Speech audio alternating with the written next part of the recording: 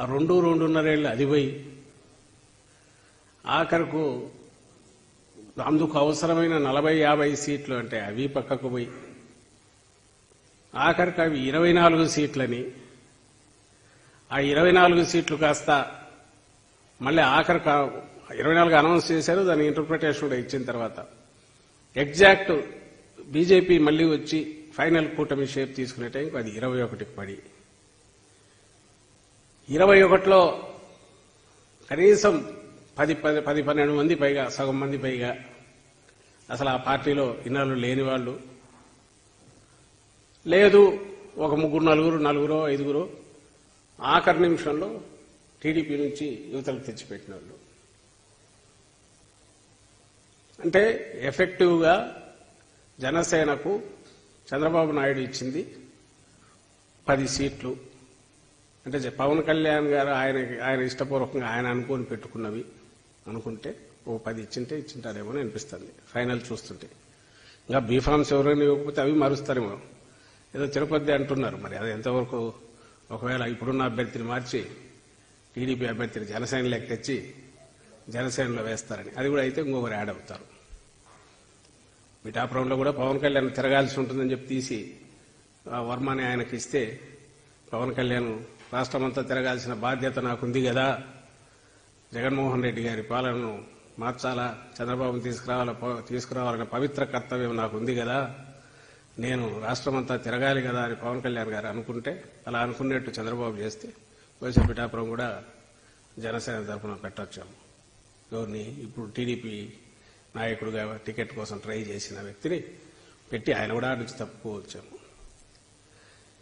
అది ఇప్పుడు బీజేపీకి కనిపిస్తుంది. బీజేపీలో కూడా ఆ అభ్యర్థిని అక్కడ ఇప్పుడున్న బీజేపీ అభ్యర్థిని సీటేమో టెక్నికలీ బీజేపీకి ఉండాలి, అభ్యర్థి మాత్రం టీడీపీ వారు రావాలి. అది కోరుతున్నది ఎవరు?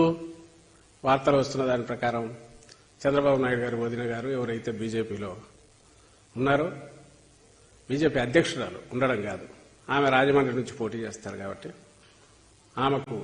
ఆమె పార్టీ అభ్యర్థి అయితే, బీజేపీ నాయకుడైతే ఆ నాయకుడి మీద నమ్మకం లేదు కాబట్టి తెలుగుదేశం పార్టీ నుంచి తన మరిది గారికి చెప్పి ఒకరిని తెచ్చేట పెట్టుకుని పైన ఒప్పించుకునే ప్రయత్నం చేస్తారని అంటున్నారు. ఇది ఈ వీళ్ళ తాలూకు ఇప్పుడు ఇక్కడ రాష్ట్రంలో ఎన్డీఏ కూటమి బండారం ఎట్లుందంటే, ఇది ఎప్పుడు వింటుంటాం పంచపాండవులు మంచం కోళ్ళని. పంచపాండవులు ఎంతమంది అంటే, పంచపాండవులు అనేది 5 అనేది ఉంది. తెలియనివాడు ఇప్పుడు పంచపాండవులు అంటే ఎంతమంది అంటే, ఇంకొకడు 3 అంటూ 2 వేలు చూపించినాడు. అట్లా ఆఖరికి వచ్చేసరికి అదేంటంటే ఈ కూటమి పొత్తు అనేది ఎక్కడో మొదలు పెడితే ఇది ఏంటి ఆఖరకు దాని స్వరూపం ఏదంటే, చంద్రబాబు నాయుడు గారు ఆయన కోసం ఆయన ఏర్పాటు చేసుకున్న ఒక ఎఫెక్టివ్ సిస్టమ్. ఎందుకు అంటే, ఒక పక్క తన పేరు చెప్తే కాపులు ఓట్లేరు కాబట్టి ఆ కాపులకు సంబంధించినంత వరకు ఈయన పవన్ కళ్యాణ్ గారు ఒక గట్టి నాయకుడనే నమ్మకం ఆయనకుంది కాబట్టి, పవన్ కళ్యాణ్ గారికి ఉంది కాబట్టి, ఆ సెక్షన్ ఏదన్నా ఓట్లు ఇటు వస్తే చంద్రబాబు నాయుడు నమ్మరు, ఆ మొహాన్ని చూసి ఎవరు ఓట్లేరు కాబట్టి ఆయన ద్వారా అవి మొత్తంగా తెచ్చుకోవాలి. ఇంకో పక్క బీజేపీతో కేసులు ఏమి లేకుండా తన మీద సీరియస్ స్పీకర్ మీద ఉన్న కేసులు పోవాలి. అట్ ది సేమ్ టైం సెంటర్తో తన పనులన్నీ చేయించుకోగలగాలి. వాళ్ళది కాస్త మోడీ గారిది ఏమనుంటే అది కూడా తనకు రావాలి. కానీ మొత్తం సీట్లన్నీ తన పట్టులో ఉండాలి.